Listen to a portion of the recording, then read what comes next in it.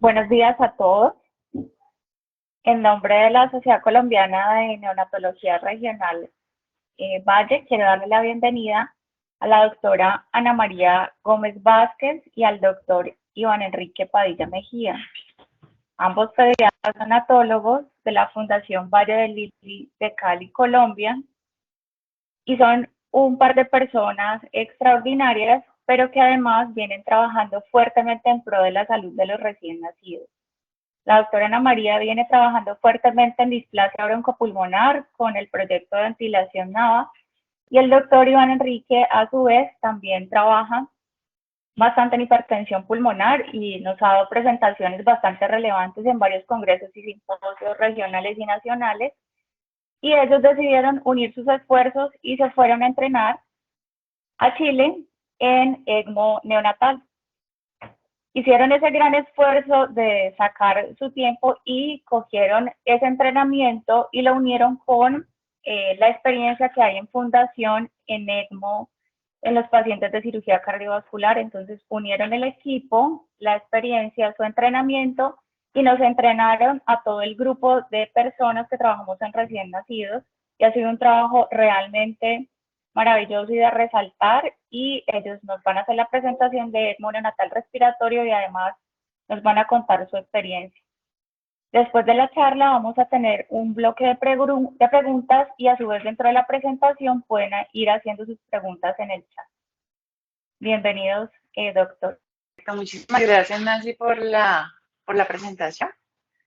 Vamos pues a intentar presentarles todo lo de la actualización y manejo en el ECMO, pero lo que más queremos presentarles casi al final de la charla es la experiencia que hemos tenido, y esa oportunidad la va a tener el doctor Padilla, pues quien participó en nuestro primer paciente de ECMO. Entonces, pues cuando tengan algunas preguntas pueden hacerlas en el chat y si no al final, como nos dice Nancy. Entonces, para iniciar pues con la presentación, queremos comentarles que vamos a hablar acerca de la historia del ECMO neonatal, su epidemiología, en qué consiste, las indicaciones, contraindicaciones y cuál ha sido nuestra experiencia, como les comento. Para empezar hablando del ECMO, pues lo más importante en la utilización del ECMO es reconocer que se trata de una terapia de rescate y de soporte vital complejo, con beneficio en enfermedades cardiorrespiratorias en el periodo neonatal que cumplan características de reversibilidad en neonatos mayores de 33 semanas o por encima de los 2 kilos de peso. Esta terapia lo que da es un tiempo para que se produzca la recuperación pulmonar o cardíaca de nuestro paciente. Para iniciar hablando de esta terapia, debemos conocer su historia, y quisimos iniciar con la imagen de Esperanza, que fue la primera sobreviviente de la terapia ECMO neonatal.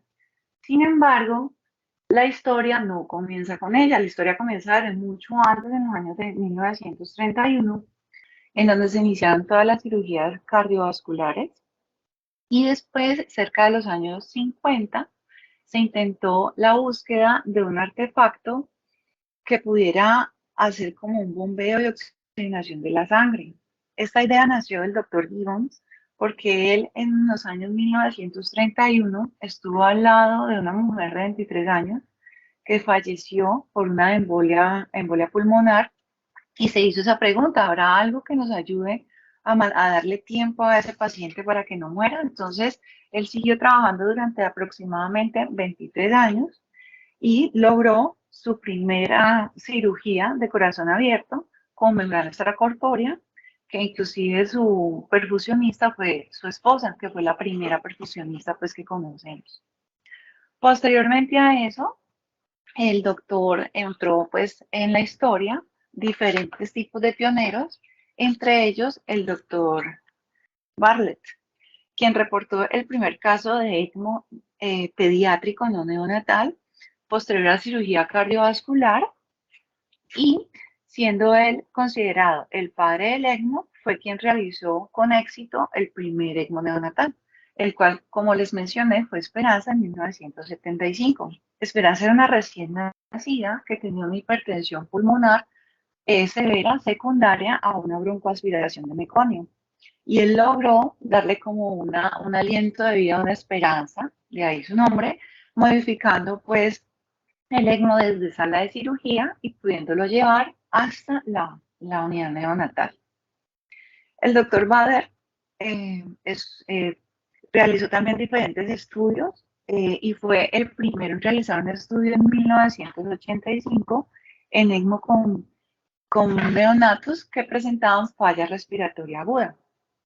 Él mostró que esto tenía unos resultados muy alentadores y fue desarrollando diferentes tipos de estudio y en 1996 el Reino Unido logró como patentar un estudio en donde comparaba neonatos, los cuales los dividió. Colocó unos en terapia ECMO y otros en terapia estándar con una falla pues respiratoria aguda y evidenciaron que más del 60% de los que habían ingresado a la terapia ECMO habían sobrevivido versus un 40% en la terapia estándar. Por ello, el ECMO se ha convertido como en un grupo estándar de cuidado en este periodo neonatal. La historia obviamente continúa y continúa sobre todo con casos de adultos también, en donde la pandemia de H1N1 lograron evidenciar diferentes tipos de, la misma comparación que hicieron en 1996, pero con adultos, logrando ver cómo el ECMO, la terapia ECMO, mostraba mejor sobrevida.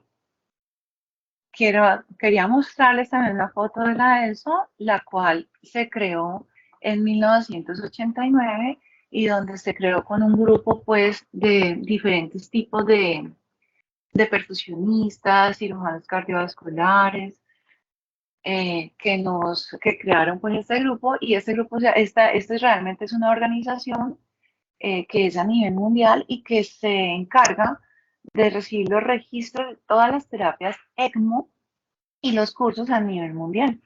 Y este registro está siendo llevado a cabo desde 1990, en donde se ve cómo diferentes tipos de centros se van uniendo, en esta diapositiva lo podemos ver, se van uniendo y van incrementándose de manera significativa hasta el año 2022. Esta es como la última estadística que tenemos.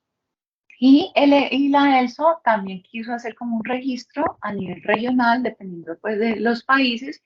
Entonces, en esta diapositiva vemos como Latinoamérica también ha tenido centros que se han unido a la terapia y como ha sido de manera pues significativa. Sigamos. Digamos que esta terapia ECMO ha sido utilizada tanto en adultos como pediátricos y como pacientes neonatales. Pero nosotros vamos a centrarnos en los pacientes neonatales. Dale ahí, entre un momentico, Nancy. Vamos a centrar en los pacientes neonatales, los cuales van a tener indicaciones pulmonares, cardíacas y de reanimación cardiopulmonar. Y como podemos ver, la mayoría, desde 1990, han habido 34.952 registros con una sobrevida del 87% a la terapia y un 72% al alta, y como podemos ver en esta diapositiva, bueno, seguimos, son más de origen pulmonar que de origen cardíaco.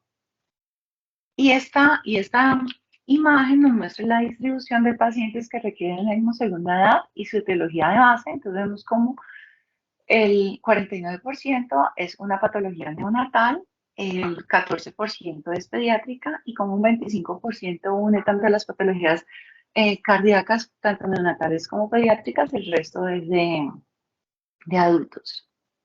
Entonces vamos a mirar cómo funciona el ECMO. El ECMO es una máquina que oxigena la sangre. Entonces, ¿qué hace? Saca la sangre de bajo contenido de oxígeno del bebé, la pasa a la máquina, la oxigena y la devuelve ya lista, oxigenada al torrente sanguíneo. ¿Cómo lo hacemos? Lo hacemos a través de unas cánulas que van insertadas en el cuello del bebé y de acuerdo al tipo de cánula que nosotros utilicemos, puede ser venovenoso o veno arterial. Espera un momentito. El venovenoso puede ser realizado a través de una cánula doble lumen que está ubicada en la aurícula derecha y que se inserta a través de la yugular derecha. ¿Qué es lo importante en este ECMO? que es esencial un adecuado funcionamiento del corazón y cada vez más en los últimos años es, es la forma de soporte más frecuente en un ECMO de causa respiratoria, o sea que el corazón debe estar completamente sano. Entonces, el ECMO venovenoso, como les digo, está dado por una cánula bilumen, la cual tiene unos orificios posteriores e inferiores, que es por donde se va a drenar la sangre del bebé, y unos orificios anteriores, que es por donde se va a devolver. ¿Qué es lo importante de esto?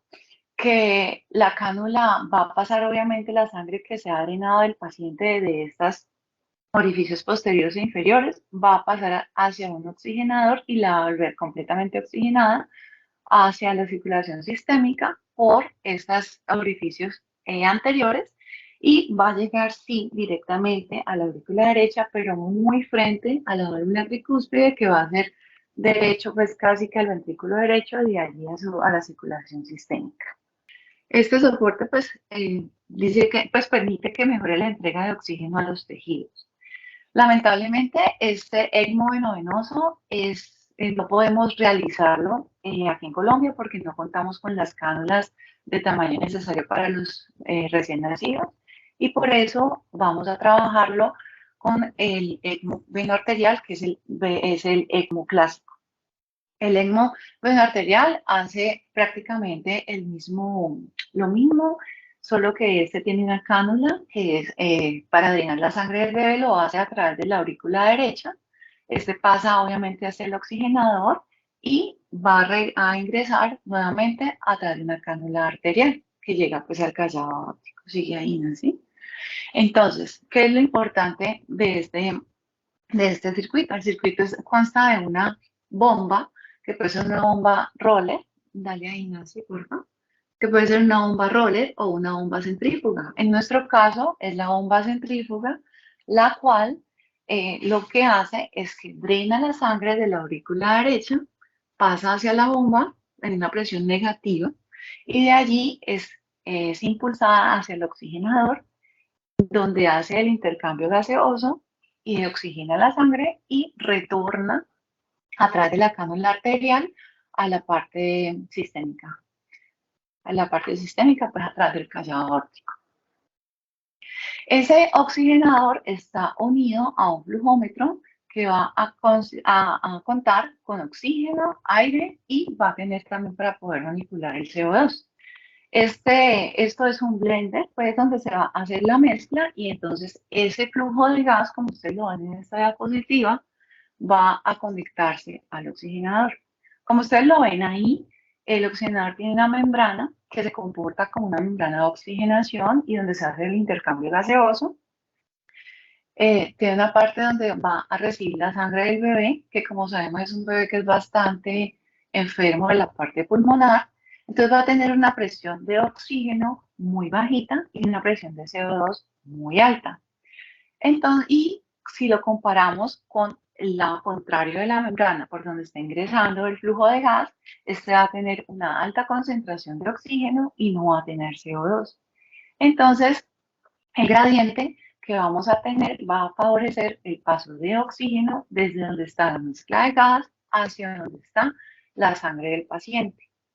¿Qué tenemos que tener en cuenta? Para que esa oxigenación de esa sangre sea adecuada, tenemos que tener un adecuado flujo de sangre a través de esa membrana y debemos de tener una adecuada cantidad de moléculas de hemoglobina porque recuerden que la hemoglobina es quien transporta el oxígeno. Entonces, entre mejor hemoglobina tengamos y mejor flujo de sangre, vamos a tener una mejor oxigenación y así vamos a lograr que vaya de retorno hacia el paciente oxigenada adecuadamente. Ahora, ¿qué pasa con la ventilación, o sea, con la presión de CO2? Como este no tiene un gradiente en la parte de donde está el flujo de gas, entonces va a favorecer el paso de la sangre del paciente hacia donde está el flujo de gas y lo que va a hacer efectiva la eliminación de este CO2 va a ser la velocidad con que pase ese flujo de gas a través de la membrana.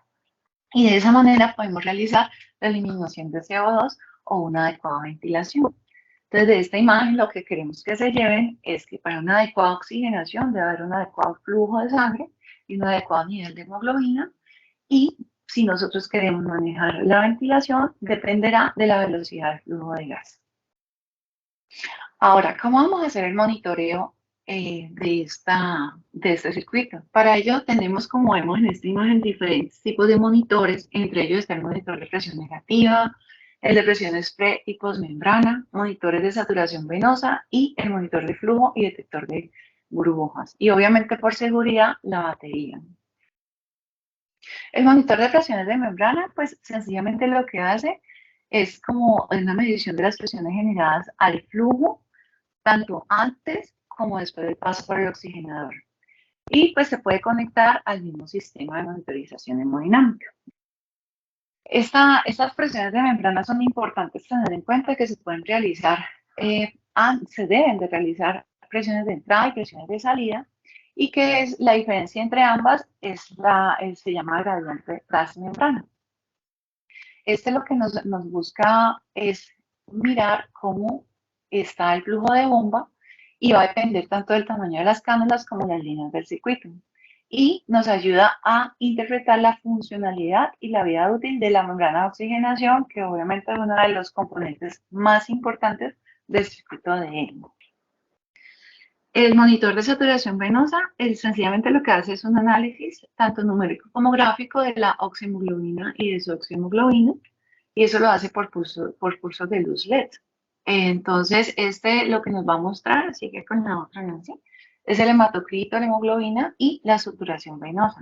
Esta saturación venosa idealmente debe estar en un 70% y su valor se aproxima pues a la saturación venosa mixta del paciente, que es lo importante, que refleja el estado metabólico y permite objetivar respuestas e intervenciones. Debe, obviamente, de calibrarse todos los días de acuerdo a los valores del hematocrito y la hemoglobina y de la saturación que vamos a obtener de los exámenes del paciente, y esa puede alterarse por unos niveles altos de bilirrubina y de la metahemoglobina. La saturación venosa pues, es un indicador de la relación entre el aporte y el consumo de oxígeno. Como les digo, debe estar idealmente en un 70%. Y el hematocrito lo que nos va a hacer es asegurar una adecuada perfusión de los órganos y mantener un adecuado equilibrio ácido-base. Esa sigue, porfa. Esa meta del hematocrito va a depender de cada centro, de nosotros, es del 40%. El monitor de flujo, detector de burbujas, pues sencillamente nos va a detectar si hay algún problema dentro del circuito donde esté presente algún tipo digamos, de burbuja o que podamos alentar rápidamente, tratar rápidamente. Sigue, por favor. Ahora vamos a hablar acerca de las patologías que están, digamos, más asociadas para la terapia ECMO, y la principal es la hernia diafragmática, como vemos en esta diapositiva. Está también el síndrome de aspiración de meconio y la hipertensión pulmonar, habiendo otras como el síndrome de dificultad respiratoria, de membrana hialina, las neumonías o sepsis. La sobrevida en hernia diafragmática es más baja que la de aspiración de meconio, pero es donde más se favorece el cuidado del bebé. La hernia diafragmática congénita, pues ustedes saben que el diagnóstico ecográfico prenatal es entre el 60 y el 70% de los casos, y que hay marcadores de mal pronóstico prenatal, y como es el hígado en la cavidad torácica y el índice pulmón-cabeza que sea menor de 1, como vemos en la gráfica de la izquierda, que la sobrevida aumenta a medida que este índice es mayor a 1. Sigue, por favor. Y en la siguiente diapositiva les queremos mostrar los diferentes tipos de patologías que ya mencioné, con sus radiografías, pues como la membrana hialina, el síndrome de broncoaspiración de meconio, la neumonía y la hipertensión pulmonar primaria. Todas ellas están asociadas en gran parte con hipertensión pulmonar. Las indicaciones de ECMO neonatal, pues graves, son cuando tenemos un índice de oxigenación por encima de 40 o por encima de 25 por más de 48 horas, o con una saturación menor de 80%. Este índice de oxigenación, recuerden, que nos marca pues mortalidad cuando está muy elevado, y que cuando no tiene respuesta, pues la mortalidad incrementa. La acidosis metabólica o respiratoria con un pH menor de 7,2 de manera persistente y que haya un shock refractario al manejo.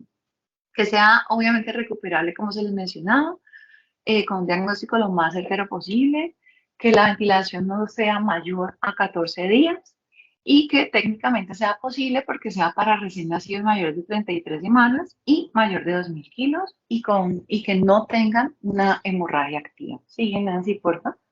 Considerar el ingreso precoz de hernia diafragmática pues puede ayudar a la sobrevida del paciente cuando ya tenemos pues algo de terapia máxima.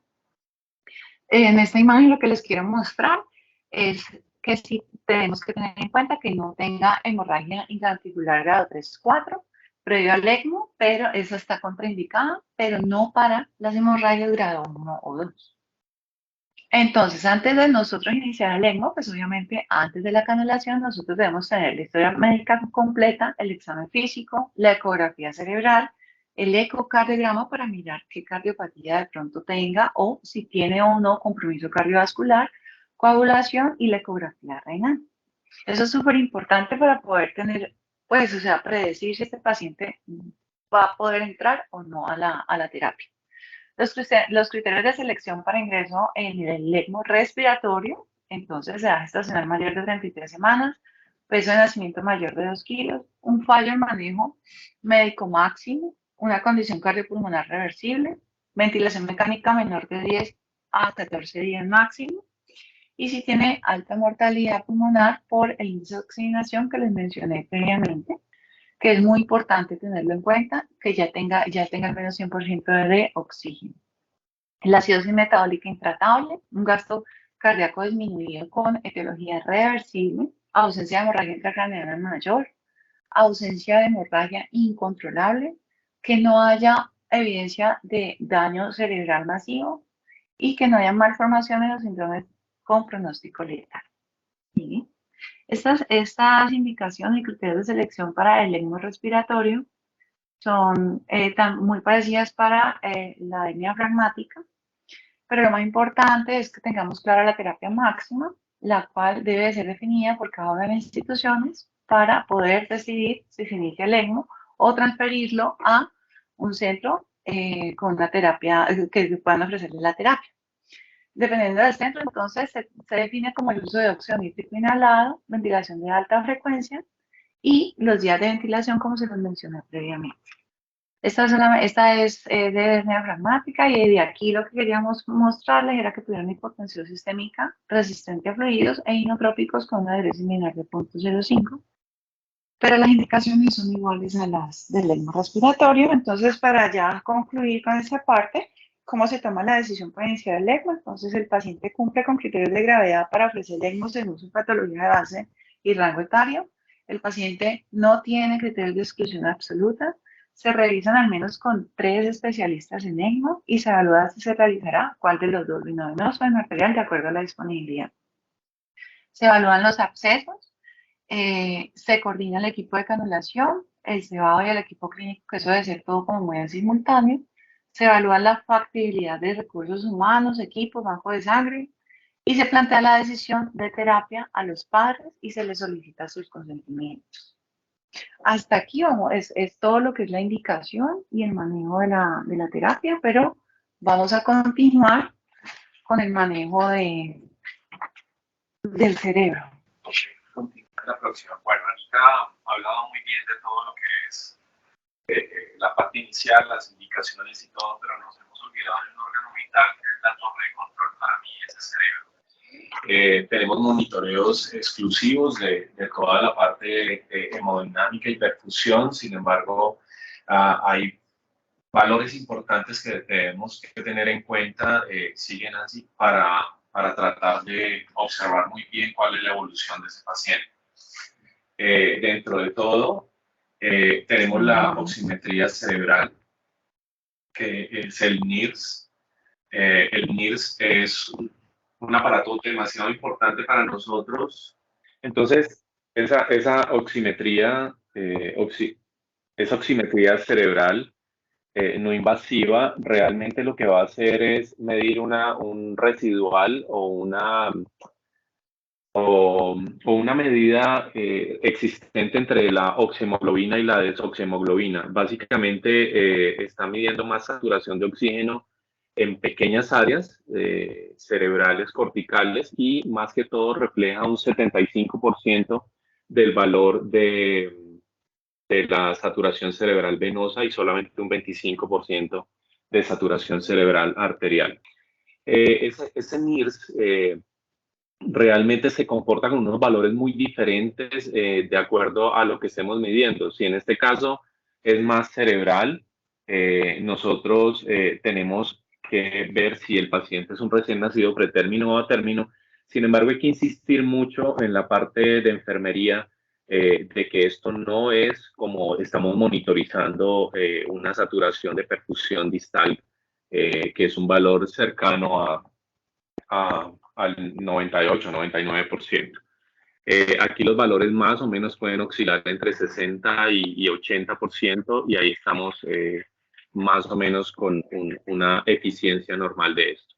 Lo otro importante es que en otras épocas, pues nosotros teníamos un seguimiento cerebral que eran unos monitoreos muy invasivos y realmente eran de multicanales que no sabíamos realmente lo que estábamos haciendo a la espera de un neurólogo y realmente ahorita lo que hacemos es una medición de dos canales, de una sencilla colocación y tenemos que observar cómo es el comportamiento de los trazados y ya es mucho más amena la imagen para el neonatólogo o el pediatra o la misma enfermera de lo que pueda estar pasando y en qué momento tenemos que intervenir a este paciente con anticonvulsivantes.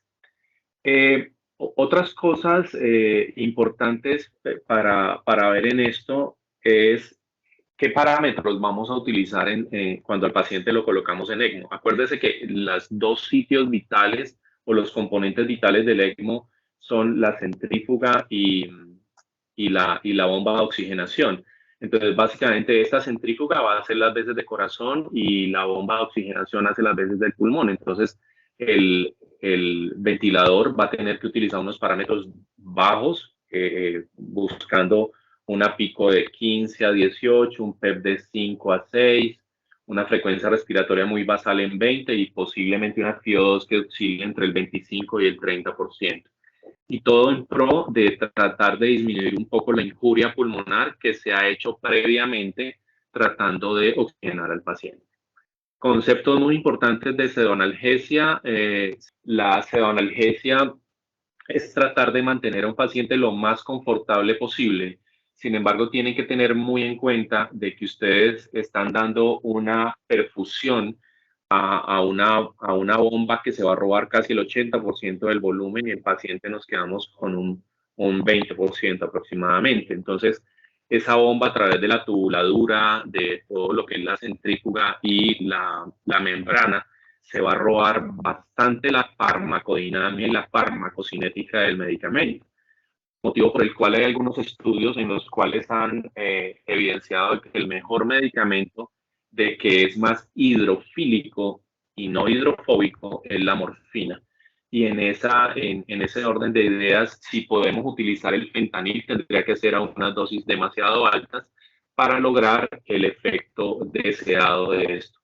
Entonces, en todos los estudios, la idea es que la mayoría de este tipo de medicamentos, el GOL o el mejor medicamento es la morfina como tal. Cuando vemos la otra cosa es la anticoagulación. Y la anticoagulación es, yo creo que lo más importante para tratar de llevar a un paciente en óptimas condiciones. Y ustedes tienen que ver que esta anticoagulación debe ser con heparina y ojalá la heparina deba ser revisada o guardada por el equipo de química para ustedes solamente para que utilicen el mismo lote, porque la variabilidad de los tiempos va a cambiar entre lote y lote. Este niño viene de una alteración, de una hipoxemia, de un shock posiblemente de infecciones y ustedes van a tener que tener un estado fisiopatológico completamente alterado, fibrinolisis, respuestas inflamatorias, alteración de plaquetas y factores proinflamatorios que van a hacer de que se comporte completamente diferente a un paciente normal. Y es por eso de que ustedes deben establecer en algún momento de que el paciente que ustedes están manejando es un prematuro o es un recién nacido que va a tener alteración en la coagulación, en los factores de coagulación, de que esas características fisiopatológicas del niño van a comenzar a reflejarse en un estado de normalidad después de los 15 días aproximadamente y que los laboratorios van a cambiar entre uno y otro paciente. Por eso hay que plantear una estrategia para el manejo de la anticoagulación en el paciente. Lo primero es, como lo dijo Ana, tratar de invadir al paciente antes de meterlo al sistema de coagulación. Segundo, una vez invadido, a colocar una muy buena dosis de heparina cuando estén colocando las cánulas. Y tercero, establecer unos parámetros en valores cuando ustedes estén manejando la heparina según el conteo que ustedes deban tener. La idea es de que ustedes pueden tener dos medidas a realizar. Uno, o seguir con ACT, o dos, con PTT. Si evalúan con PTT, ustedes tienen que comenzar a evaluar también cómo lo vamos a medir y de acuerdo a qué vamos a tener que hacer como el adherente en los factores de coagulación que vamos a manejar. Entonces, ustedes establecen con el ACT, si ustedes quieren un ACT menor a 160 o menor a 180, y comienzan a manejar los goteos, y eso va a ser muy dinámico y va a ser muy de acuerdo con enfermería, ¿no? En lo que ustedes van a hacer infusiones. Lo otro es comenzar a evaluar si el paciente es un factor de riesgo o no tiene factores de riesgo. Si es un riesgo estándar, es aquel paciente que no posiblemente vaya a ser tenido que ser llevado a cirugía. Y el paciente con riesgo alto es aquel paciente que va a tener que ser intervenido con cirugía en el acto del ECMO, como lo hicimos con este paciente. Entonces, van a tener que hacer un seguimiento de plaquetas, de tiempos, de fibrinógeno, de factor 10A, de ACT, antitrombina. Y hay un examen muy importante del cual podemos hablar ahorita, es el trombolastograma. El trombolastograma realmente es un examen bastante importante en el seguimiento del paciente, y de acuerdo a cómo se vaya abriendo el trombolastograma, ustedes van a definir si este paciente va a tener que ser colocado plaquetas o plasma o algún factor adicional para que pueda ser manejado previamente y no esperar a que el laboratorio te reporte completamente todo esto. Entonces es vital que ustedes tengan esto en el seguimiento del paciente en la pantalla cuando ustedes estén haciendo esto. Y ustedes ven que en el trombolastograma hay una serie de elementos importantes, y es el R, el ángulo del K, y todo como se va evaluando después. Pero los primeros pasos realmente van a definir todo lo que son los factores de coagulación, y posterior a esto, que es más o menos a los 3-5 minutos, ustedes comienzan a ver cómo se hace todo lo que es la fibrinolisis. Complicaciones, esto no es una luna de miel. Nosotros podemos tener todas las complicaciones habidas y por haber, hematológicas, generalmente cursando con leucopenia y trombocitopenia, infecciosas, pues es la manipulación de un paciente inmunosuprimido. Lo otro son las cardiovasculares, porque en algún momento pueden haber sangrados o mala colocación de las cánulas, y esto puede llevar a una ruptura de una válvula o algo. Los neurológicos, que es lo que más nos cuidamos, que son las hemorragias, y es aquí donde definimos si el paciente va a seguir o no va a seguir. Y lo otro es las complicaciones del dispositivo, ¿no? Que de pronto se rompa algo en la tubuladura o que la membrana de oxigenación no mejore. Ya saliéndome un poquito, este es el caso de nuestro primer paciente exitoso. Es un niño con una hernia diafragmática, 37 semanas, un antecedente de una madre con 3 pérdidas, y ya este último fue una fertilización in vitro. Aquí quiero hacer como una ayuda muy especial a la parte de perinatología, porque ustedes tienen que evaluar el paciente antes de y durante. Y en ese antes de, el grupo de perinatología es demasiado importante, y aquí quiero nombrar al doctor Yesid Miranda en Cartagena, que es uno de los grandes colaboradores que tiene el país en todo lo que es la terapia feto. Y ese es el paciente, la persona que nos va a comenzar a nutrir de todos estos pasos con pacientes complicados en ECMO. Y esta persona, el doctor Miranda, fue quien intervino en este paciente en feto porque tenía un índice de LHR demasiado bajo y logró de que por lo menos tuviéramos una esperanza con ese pulmón para que pudiera elevarse un poco más. La atención del paciente durante la cirugía es importante, técnica EXIT, tratar de traer al paciente desde sala de cirugía protegido con un ventilador. Yo personalmente hago alta frecuencia eh, y lo llevo a sala en alta frecuencia para tratar de buscar de que los volúmenes sean bajos y proteger ese pulmón que es hipoplásico. Una vez intervenimos a este paciente y agotamos todas las maneras posibles de manejar él, hay que tener una mente muy abierta a que si se agota todo rápidamente, el paciente tiene que entrar en ECMO. Y entre más temprano es mucho mejor, es una decisión muy fría, muy en grupo, no es una decisión personal. El paciente entró en ECMO en el día 4 de vida. Gracias a Dios, su comportamiento y su canulación fue exitosa a nivel de cuello, carotidia yugular. Una vez se hizo esto, las primeras 24 horas fueron muy críticas. Se contó con el equipo de perfusión cardiovascular, enfermería es demasiado importante, terapias respiratorias también, y todo el grupo multidisciplinario e interdisciplinario que intervinieron en este paciente. A las 72 horas estuvimos con el grupo de cirugía pediátrica haciendo el cierre de la hernia pragmática que fue completa con una malla, y 24 horas después el paciente evolucionó tan bien que pudimos sacarlo del ECMO. En este momento podemos estar diciendo que estamos a pocos pasos de salir con el paciente de la institución siguiente.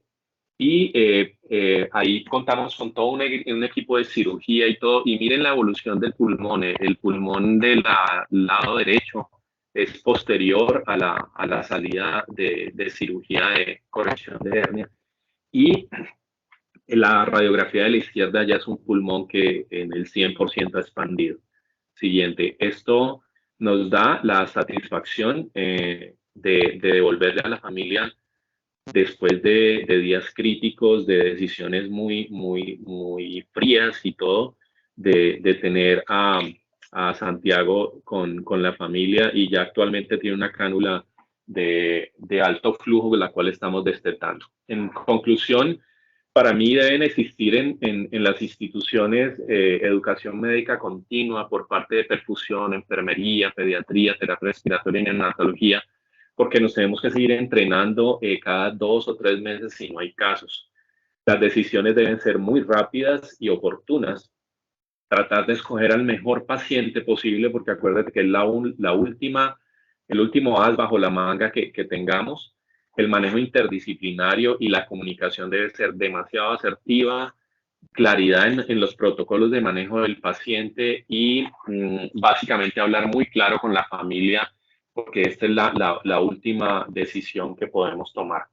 Les agradezco muchísimo en nombre de Ana y mío. Estamos abiertos, somos una institución que buscamos ser referencia en patología respiratoria, en hernia pragmática, y sé que contando con el apoyo de todo un grupo multidisciplinario, interdisciplinario y el grupo de perinatología de todo el país, podemos tener éxito en esta patología que posiblemente sea abandonada o nefasta para algunos colegas que de pronto no tengan el oportuno manejo y todo lo que es la institución le pueda brindar a cada uno.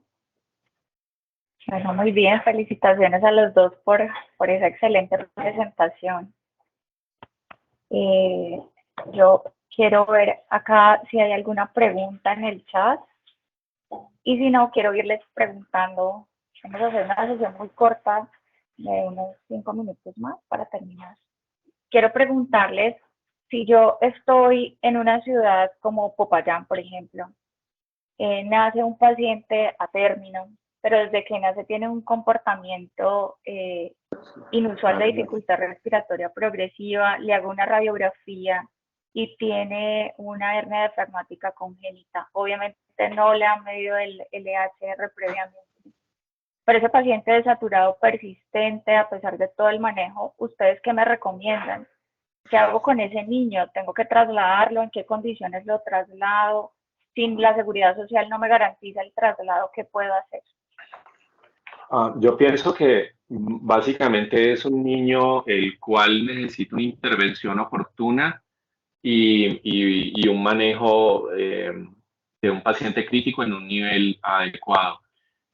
Yo pensaría que actualmente nosotros en la fundación tenemos un manejo de telemedicina y podemos hacer un comentario rápido, tratar de hacer indicaciones iniciales y si con estas indicaciones iniciales el paciente no responde, la idea es tratar de remitir lo más pronto posible a un nivel siempre pensando en la premura, en tratar a pesar de lo crítico, mantener un paciente en una remisión más estable y tratar de ya dentro de la institución brindarle un manejo óptimo que posiblemente lo lleve a una mejoría. No todo paciente que haga dificultad, que haga hernia, es ECMO. Yo creo que hemos tenido la experiencia en la institución de disminuir mortalidad, de mejorar estos pacientes con un manejo adecuado, mientras haya alta frecuencia, óxido nítrico, inodilatadores, todo puede ser posible. Pero si ustedes ya botan este último as bajo la manga y no hay respuesta, yo creo que lo mejor es pensar en un centro de referencia ECMO y gracias a Dios en el suroccidente contamos con ello. Yo personalmente aquí hago la propaganda.